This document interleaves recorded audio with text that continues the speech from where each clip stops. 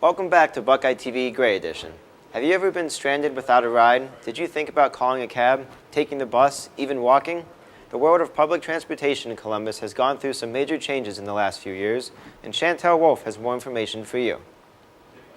Ride-sharing apps like Uber and Lyft have transformed the face of public transportation. But what problems could arise from this modern form of traveling? Program your credit card information into the app beforehand, request a car, and go.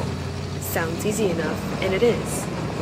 Uber, only 5 years out since its inception, is already a powerful $3.5 billion company. According to the Columbus Dispatch, in April, the city of Columbus filed a lawsuit with Uber, claiming that charging for rides is illegal and drivers are acting as unlicensed vehicles for hire. Lyft, with a hiring slogan that reads, "As long as you are friendly and have a car and a clean record, you can drive on the Lyft platform." Are apps like these trustworthy? The cabs they're usually more expensive and they're not friendly and personable. The people that get into Uber and Lyft get into it because they want to do it and they enjoy doing it. So a lot of the people just want to meet people and learn the city and things like that. All of my friends use them. We never use cabs anymore. It's probably for the last year I've not used a cab. Taxis are becoming harder and harder to come by. You can't just put your hand up in the air anymore and ask for a tab. You have to use your phone now. Traditional taxi companies like Yellow Cab and Total Transit are taking notice and are set to release their own tech-based service. This is Chantel Wolf reporting for Buckeye TV. One of the most popular landmarks on Ohio State's campus is going to be home to an all-star lineup of country music stars. Next summer, for the first time in 12 years, Ohio Stadium will become a concert venue. Brooke Profit has the details. After more than a decade without a concert, Ohio Stadium is set to host 2 shows in the summer of 2015. The show will host Buckeye Country Superfest June 20th and 21st and One Direction on August 18th. Buckeye Country Superfest will be a 2-day-long event with headliners Kenny Chesney, Blake Shelton, Rascal Flatts, and Keith Urban, and featuring other artists such as Lee Brice and Cassidy Pope, among others, performing over the 2 dates. This summer will also feature boy band superstars One Direction. I think it would be awesome if concerts came back to the shoe. I think it's real local. It's a quick walk for everyone. You can fit a lot of people in there. I would definitely go personally. The last concert at Ohio Stadium was in 2003, featuring Metallica, Limp Bizkit, and Linkin Park. And students and Ohio residents are looking forward to welcoming musical acts back to the shoe. For Buckeye TV, I'm Brooke Profit. With Michigan Week coming up in less than a month, a lot of hype about the rivalry between Ohio State and that school up north is beginning to show. One group has found a way to turn this rivalry into a humanitarian project. Eric White says more about the blood battle between the two schools. The annual Ohio State-Michigan game is a major event in Columbus, and in the week leading up to the big game, Buckeye spirit is in full force on campus. But for some OSU students, the competition between the Buckeyes and the Wolverines kicks off several weeks earlier with the American Red Cross blood battle. Starting November 1st, the Red Cross will kick off the 33rd year of the nearly month-long donation campaign, which uses the rivalry to boost blood donations.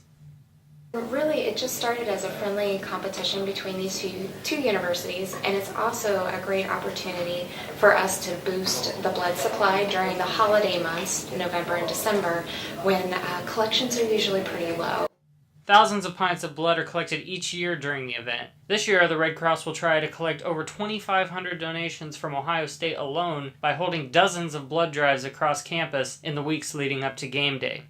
Throughout the year, there may be 20 to 30 blood drives for each month that happen on campus, and all OSU students kind of see them going around campus, but this sort of sense of competition and the presence of all the blood drives on campus makes it that much more of a big deal for students to kind of get involved and participate to help out the American Red Cross and the cause of Michigan. Students interested in donating can either schedule a time with the Red Cross or can simply walk in during any of the blood drives. The winning school will be announced at Ohio Stadium during the game on November 29th. For Buckeye TV, I'm Eric Weitz. For many students here at Ohio State, the Mirror Lake Jump during Beat Michigan Week is a sacred tradition. Last year, the university tried to take control over the festivities by putting up fences and requiring students to wear a special wristband. This led to an uproar from the student body and the tearing down of the fences. With the jump coming up in a couple of weeks, Dylan gauges some students' responses. As Michigan Week approaches, so does the tradition of the Mirror Lake Jump. We went over to Mirror Lake to gauge students on their thoughts and feelings. and if they feel the university really needed to intervene on the jump last year. I don't think that it's really necessary. Obviously, it could get dangerous, so you have to sort of be watching it definitely, at least, especially it's cold, so the health concerns are definitely there. So I think that they should be watching, but not necessarily restricting, because it's just tradition that I think should be preserved, definitely for the university's sake. I understand where they're coming from, but it's a sacred tradition at OSU, and I don't like them messing with it. Just like to jump like everyone else does. As I said before, it's like a huge tradition to do this Mirror Lake jump. And so when you put a fence around it, I think that they're not going to be happy, and they might tear it down or something like that. I mean, people aren't going to be very enthusiastic about a fence. When asked if the students knew of a safer alternative for the Mirror Lake jump, they weren't really sure. I have no idea, honestly. Couldn't tell you. I would say just be mindful of maybe drinking before or something like that. I mean, I know that people do that. Obviously, it's college.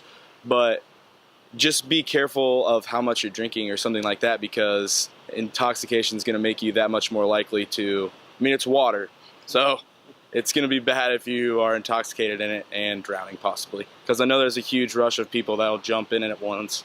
And so that'll make it a little dangerous. Mirror Lake jump has been a staple here at Ohio State University for past, current, and hopefully future students. As we just saw, many students have experience or want to have the experience of jumping in Mirror Lake, and hopefully that will happen. With that, I'm Dylan Klaus with Buckeye TV. That's all the time we have for Buckeye TV Gray Edition. Make sure to tune in to more editions of Buckeye TV. I'm Dylan Klaus. And I'm Kaylee Renz. Have a great day, and for more campus news, check out thelantern.com.